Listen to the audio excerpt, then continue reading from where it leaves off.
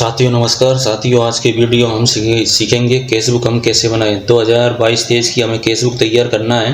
Cashbook तैयार करने से पहले आप कंप्यूटर से अपने डिजिगो खाते की प्रिंट निकलवा लें। इस प्रिंट के आधार पे हमें कैशबुक तैयार करना है। जिस तारीख को जो राशि हमें प्राप्त हुई थी वो हमें तारीख के हिसाब से कैशबुक में एंट्री दर्ज करेंगे।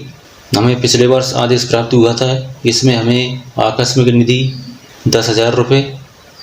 आपकी सालों को जो भी आकस्मिक निधि प्राप्त हुई है 10, 25, 50, 75 छात्र संख्या के मान से, उसमें से हमें 75% खर्च करना था। साला सुरक्षा निधि हमें 2,000 रुपये प्राप्त हुए थे, इसमें से हमें 50% खर्च करना था। यूथ एंड इको क्लब में हमें 5,000 रुपये प्राप्त हुए थे, इसमें से हमें 50% खर्च करना था। इसी आधार पर हम कैशबुक तैयार करेंगे। ऑनलाइन प्रिंट आप निकलवा लें। आपको कितना फंड एलोटेड हुआ था, उसमें जिस तारीख को राशि प्राप्त हुई थी वो उस प्रिंट में लिखी हुई है। वो प्रिंट आप देखकर निकलवा कर और हम कैशबुक तैयार करेंगे। कैशबुक भरने के लिए आपको कौन कौन सी प्रिंट निकलवाना है ऑनलाइन, वो हम आपको बताते हैं। प्रिंट निकालने के लिए हम मेकर, अप्रूवर, वेरीफायर किसी भी शिक्षक की आईडी से लॉगिन करेंगे। हम माई मॉड्यूल्स पे जाएंगे और हमें यहाँ डैशबोर्ड पर क्लिक करना है। यहाँ डीडीओ डैशबोर्ड पर क्लिक करेंगे। अब यहाँ हम 2022-23 सिलेक्ट करेंगे और यहाँ हम रिफ्रेश पर क्लिक कर देंगे। यहाँ भी रिफ्रेश कर देंगे, यहाँ भी रिफ्रेश कर देंगे। अब हमें बजट एलोटेड हुआ था 17,000, फंड एलोटेड खर्च करना था 11,000। ये हमने 11,000 रुपये खर्च किया। आपका बजट ज़्यादा हो सकता है। अब इसकी हमें प्रिंट निकालना है। ये पहली प्रिंट है। मोर पर यहाँ क्लिक करेंगे। यहाँ हमें जितना भी बजट प्राप्त हुआ है वो यहाँ हमें दिखाई देने लगा है। आपकी सालों में जितना बजट प्राप्त हुआ होगा वो भी यहाँ दिखाई देने लगेगा। हमारे पास हमारी सालों को 3 राशि प्राप्त हुई थी, एक फंड सेफ्टी, एक यूथ इको क्लब, एक स्कूल ग्रांट। अब इनकी यहाँ पर जिस तारीख को फंड हमें प्राप्त हुआ था वो दिनांक यहाँ दिखाई दे रही है, बजट एलोकेशन डेट। यही डेट हमें कैशबुक में डालना है क्रम से। सबसे पहले जो राशि हमें प्राप्त हुई है वो तारीख डालेंगे। कैशबुक के आय वाले भाग में हमें जितनी भी हमें मदवार राशि प्राप्त हुई है वो मदवार दिनांक वाई कैशबुक में दर्ज करेंगे हम यहाँ से तारीख देखकर। तो एक प्रिंट हमें ये चाहिए। कैशबुक में 2 भाग होते हैं। पहला भाग आय और दूसरा भाग व्यय का। हम 2022-23 की कैशबुक तैयार कर रहे हैं। हमें पहली राशि 24/1/2023 को प्राप्त हुई थी यूथ एंड इको क्लब की। इसमें से हमें 5,000 रुपये बजट था, परंतु हमें 50% खर्च करना था, यानी कि 2,500 रुपये। इसलिए हमने यहाँ 2,500 रुपये दर्ज किए। यहाँ हम गत शेष में पिछला शेष हमारा कुछ भी नहीं है, नील है। यहाँ हमने 0 लिख दी, आप नील भी लिख सकते हैं। ये हिस्सा है हमारा कैशबुक का। जो हमें राशियाँ प्राप्त होती है वो यहाँ इस हिस्से में दर्ज करते हैं और इस भाग में हम जो राशि हम व्यय करते हैं वो यहाँ व्यय का भुगतान यहाँ लिखते हैं। तो हमने यहाँ लिख दिया माह में कुल आय SBI CSS खाते से प्राप्त मदवार कुल राशि। यहाँ हमें 24/1/2023 को यूथ एंड इको क्लब की राशि प्राप्त हुई थी 5,000 रुपये। इसमें से 50% हमें खर्च करना था, यानी कि 2,500 रुपये। तो हमने यहाँ 2,500 रुपये लिख दिए। यहाँ इसका हमने योग कर दिया और योग करने के बाद अब हम इस तारीख में हमें सिर्फ एक ही राशि प्राप्त हुई थी यूथ एंड इको क्लब की, इसलिए हम इसको यहाँ क्लोज करेंगे। अगर आपकी 24/1/2023 में और राशियाँ प्राप्त हुई हो तो यहाँ वो सभी राशियाँ आ जाएंगी। यहाँ पर हमें एक ही राशि प्राप्त हुई थी, इसलिए हम एक ही राशि लिखकर यहाँ इसको क्लोज कर देंगे। यहाँ इसमें हम लिख देंगे आज की आय शेष राशि कुल योग। यहाँ हमें आज की आय 2,500 रुपये शेष राशि नील है हमारी। यहाँ ऊपर देखिए पिछला गत शेष हमारा कुछ भी नहीं है, हमें 2 वर्ष से राशि प्राप्त नहीं हुई थी, इसलिए हम यहाँ आप नील कर सकते हैं। हमने 0 लिख दिया। गत शेष हमारी राशि कुछ भी नहीं है, शेष राशि इसलिए हमने नील लिख दिया। कुल योग में हम 2500 रुपये लिख देंगे। अब चलते हैं हम दूसरे भाग की तरफ, बे वाले भाग की तरफ। अगर आपका यहाँ 24/1/2023 में अगर आपने किसी वेंडर को भुगतान किया है यानी राशि बे की है, तो आप यहाँ उनको यहाँ लिख देंगे। अगर आपने भुगतान नहीं किया है या आपने बे नहीं किया है 24/1/2023 में, तो आप यहाँ लाइन खींचकर निरंक लिख देंगे और इसका योग कर देंगे। यहाँ आज का बे नील, शेष राशि 2500 रुपये है, कुल योग 2500 रुपये। अब हम आगे बढ़ते हैं। ये केस बुक हमने ऑनलाइन प्रिंट निकलवा के तैयार की है।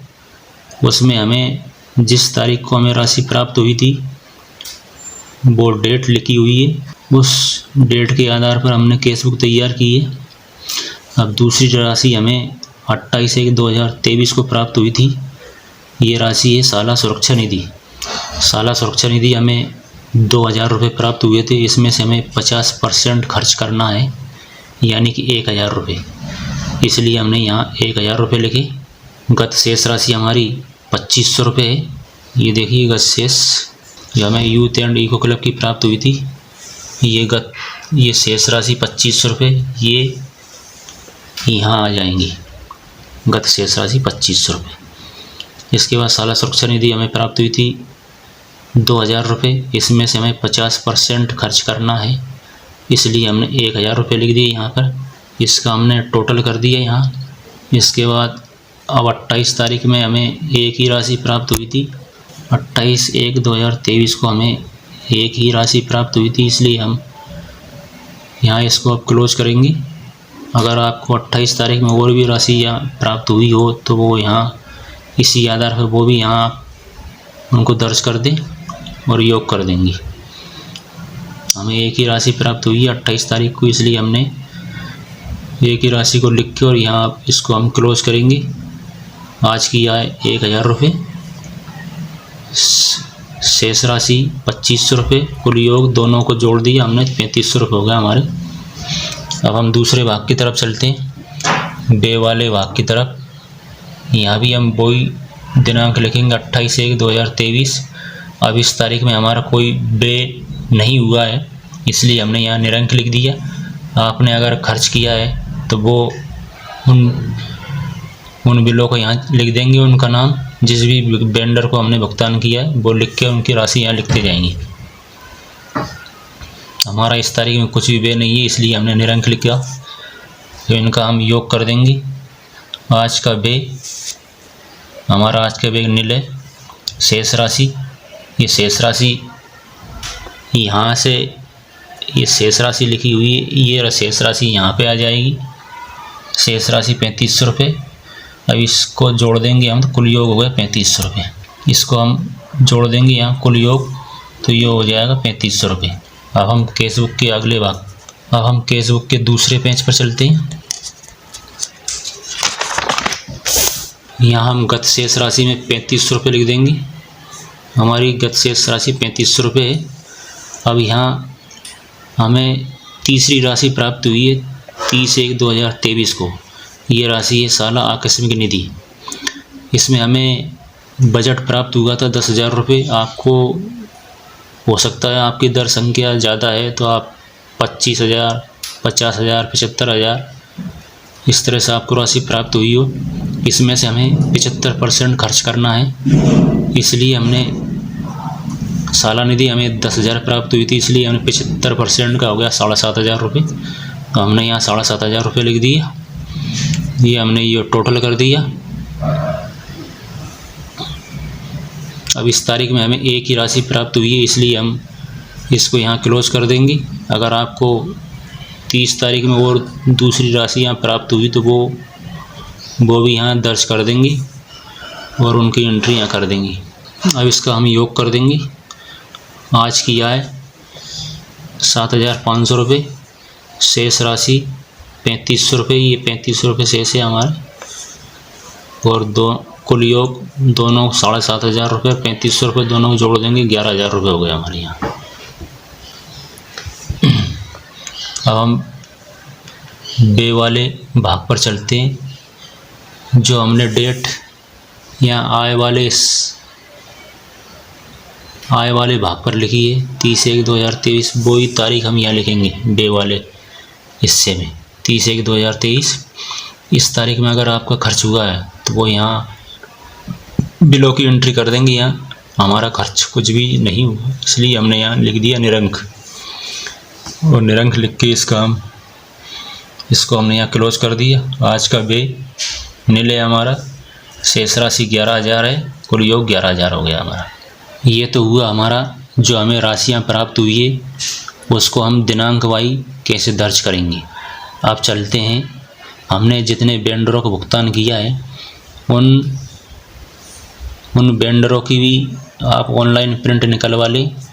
उस ऑनलाइन प्रिंट में हमें दिनांक और UTR नंबर दर्ज करना है देखकर प्रिंट में से।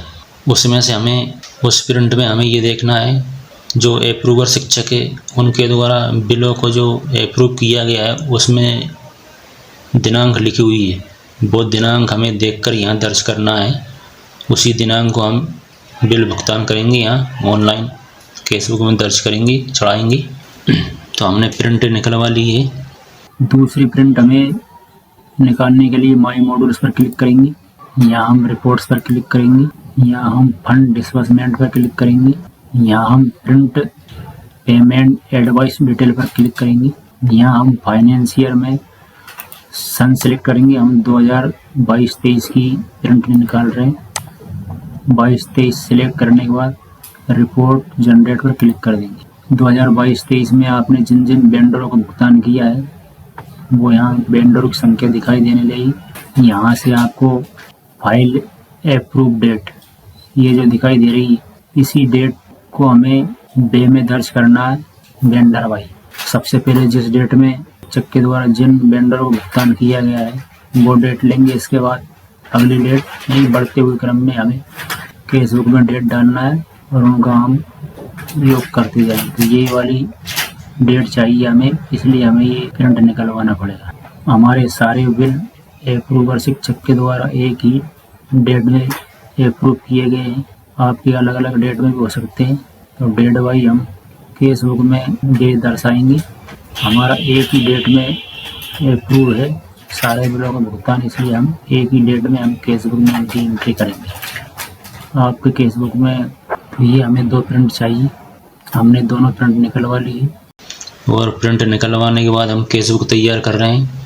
तो हमारे सारे बिलों की अप्रूवर शिक्षक के द्वारा हमारे सभी बिलों को 24/3/2023 को अप्रूव किए गए हैं।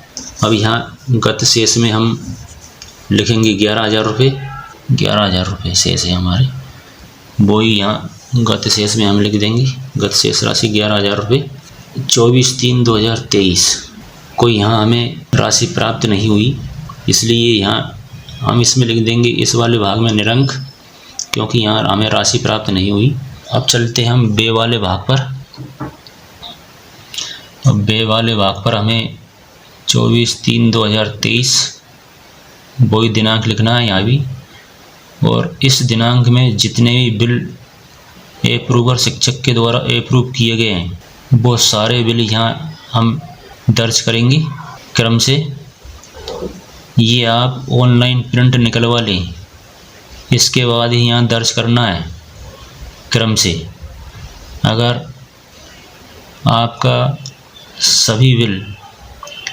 आपके सभी बिल एक ही तारीख में शिक्षक के द्वारा अप्रूव किए गए हैं तो वो यहाँ सभी बिल आ जाएंगी।